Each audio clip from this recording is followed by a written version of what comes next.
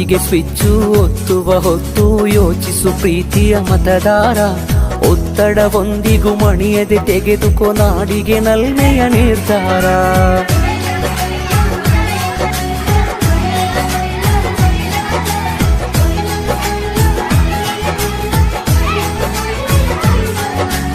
ಓಟಿಗೆ switch ಒತ್ತುವ ಹೊತ್ತು ಯೋಚಿಸು ಪ್ರೀತಿಯ ಮತದಾರ.